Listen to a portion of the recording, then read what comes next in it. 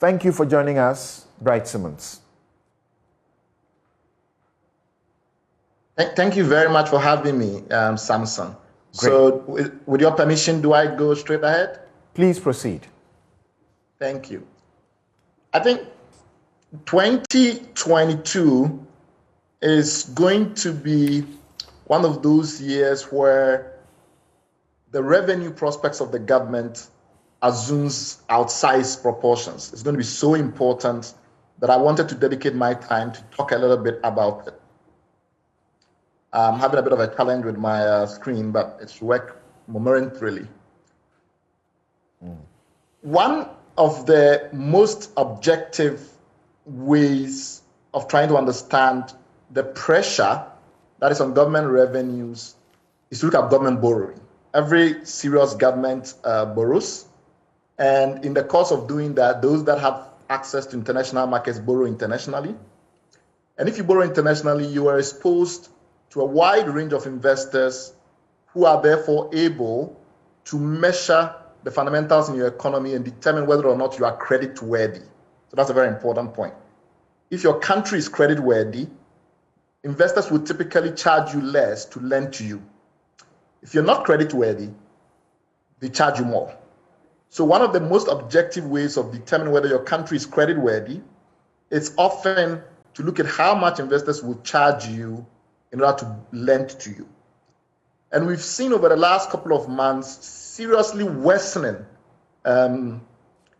perceptions from investors around the world about Ghana's credit worthiness.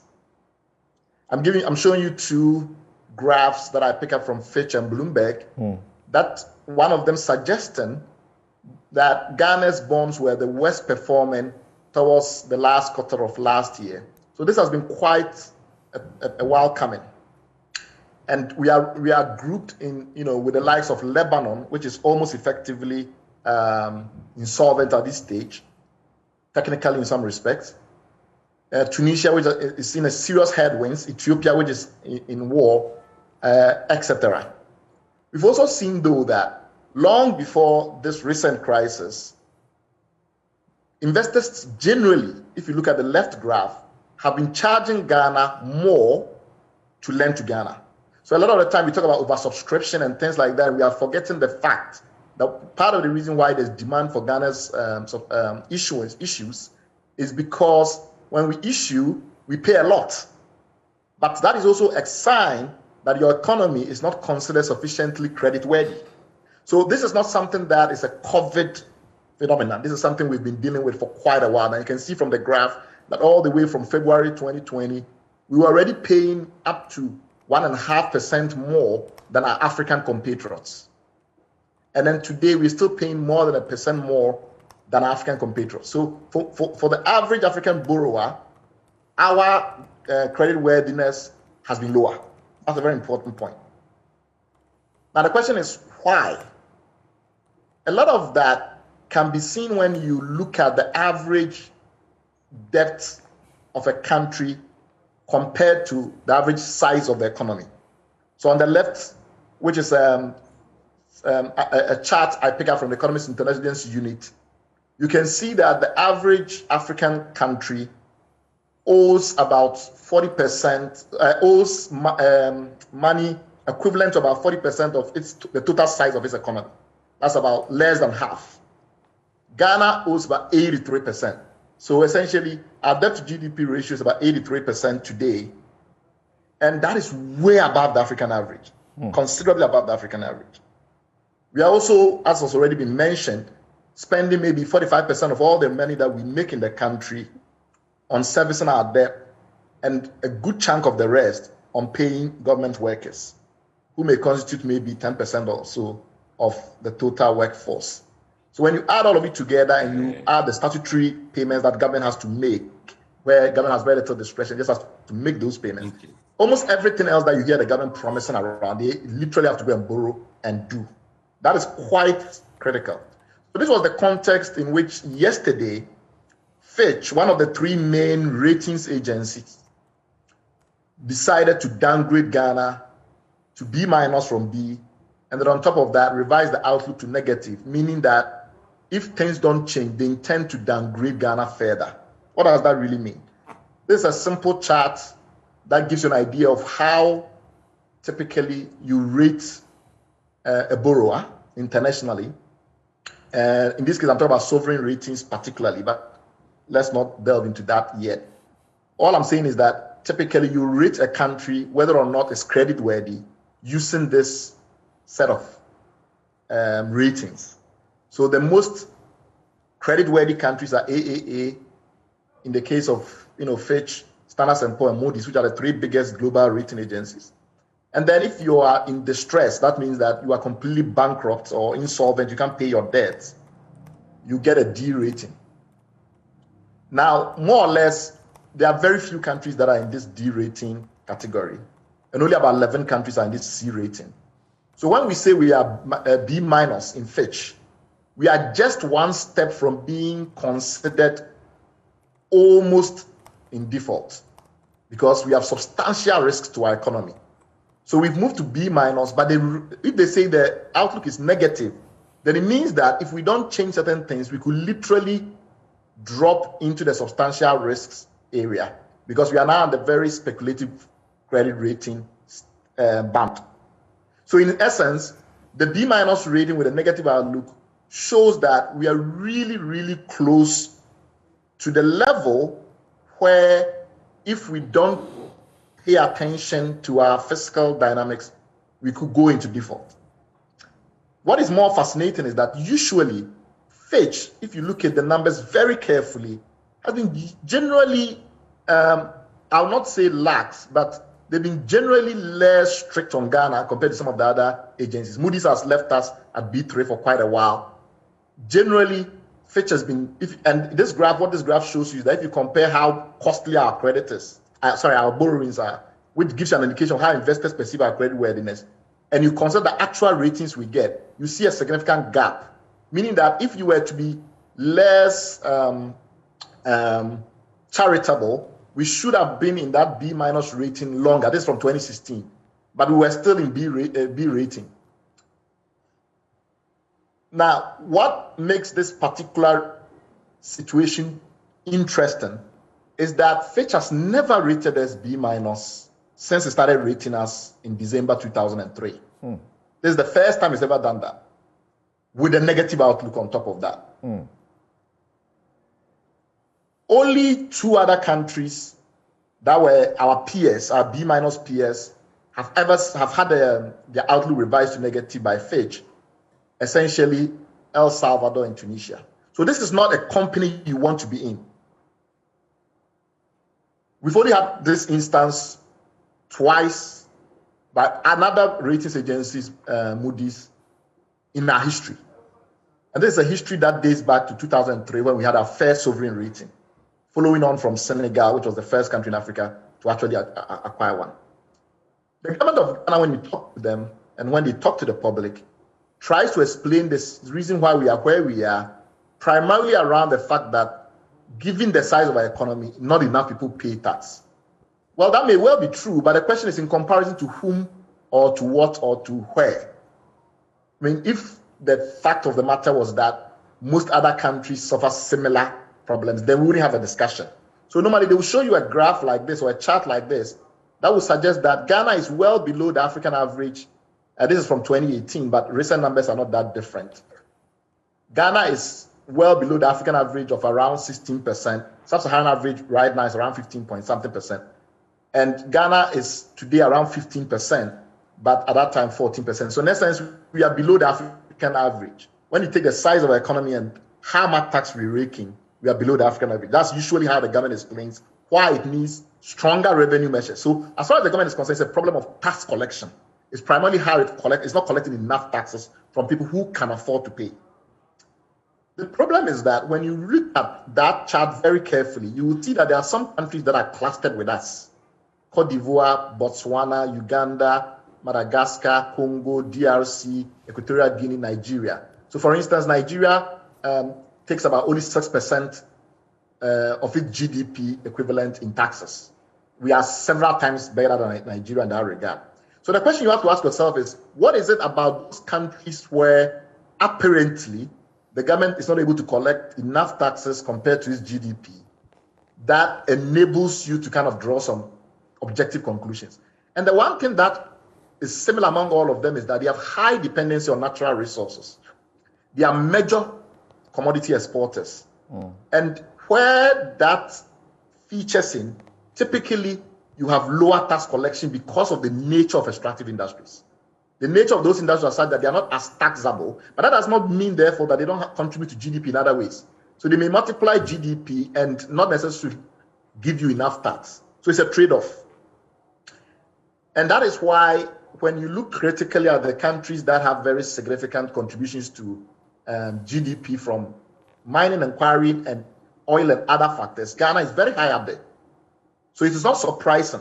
Then you say, well, is this a peculiar African issue? And the answer is actually no. If you go around the world, you see similar dynamics. Australia is one of the richest countries in natural resources.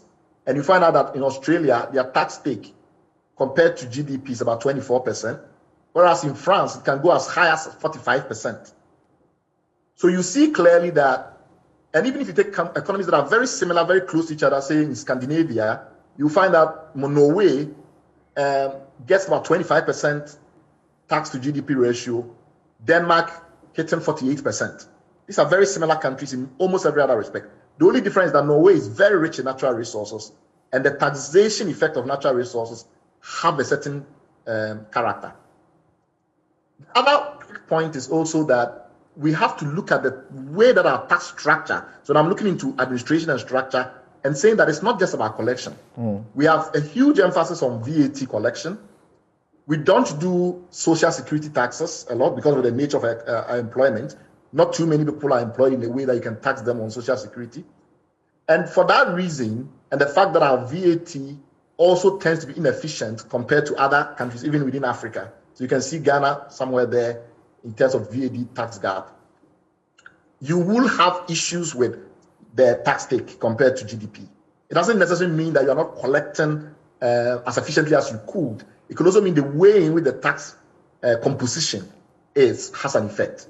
In short, if you don't diagnose the problem correctly, and here I'm arguing that we are not necessarily bad compared to our African peers from a collection point of view, it's just the nature of the economy and the structure of the tax administration system.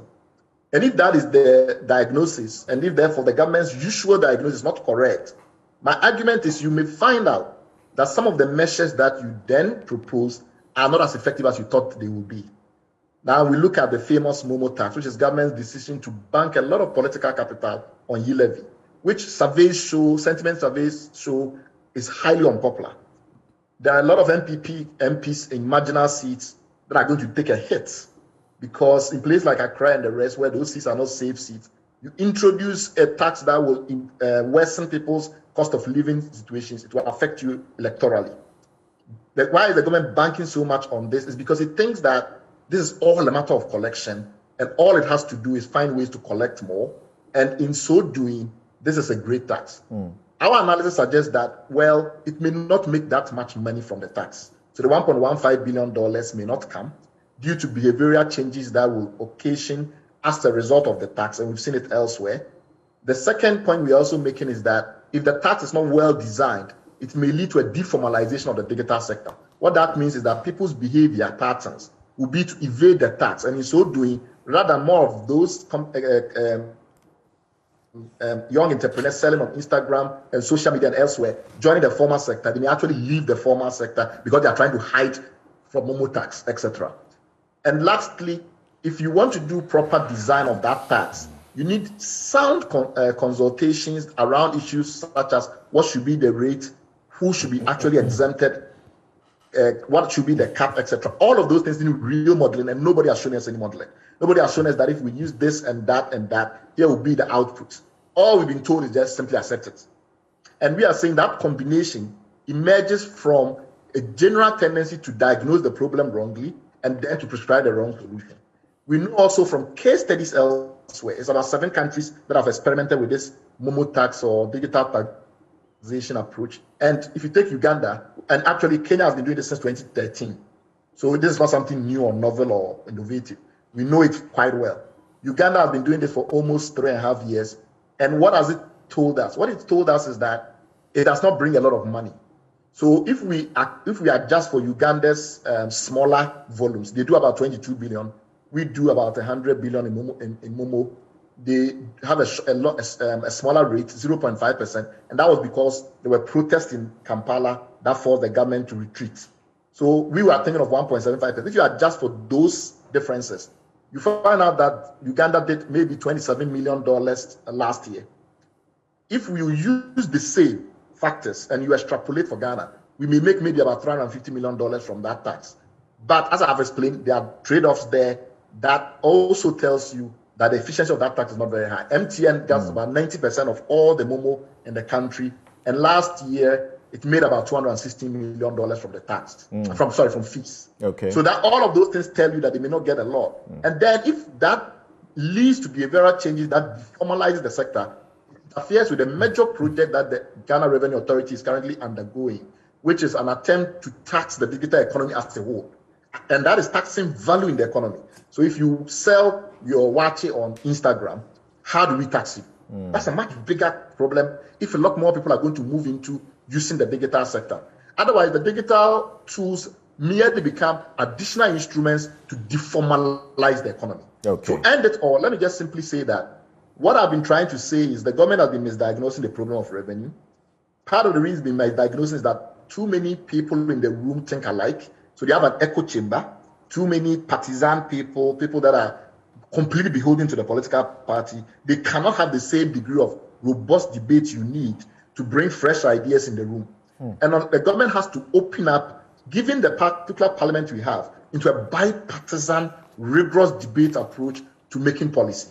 So what that means is that you don't go into the room with a fait accompli. We are going to impose E-levy. End of story. You go into the room saying, we have a problem with revenue. How do we solve it? And more ideas then come in. Okay. Some of the opposition MPs also bring ideas. And then through that effort, you get the best ideas possible. Sorry for going over my allotted time. This was slightly more complex than usual. Thank you. Thank you very much. This was very critical that we, bottom line, have a revenue crisis. And the way to look at it is not how we are doing presently. Thank you so very much for putting all of this into just this, short period of time. Thank you, Bright Simmons. And we are taking a break. When we return, we will be having Professor Stephen Kweku-Asare, Oliver Baka-Vomawo, and Professor Techua Menu. Thank you so very much. This is our special edition of Newsfile, and we have 10 impactful citizens making 10 impactful statements. Of course, in the end, you discover that there are more than 10 impactful statements that are being made. We'll be right back.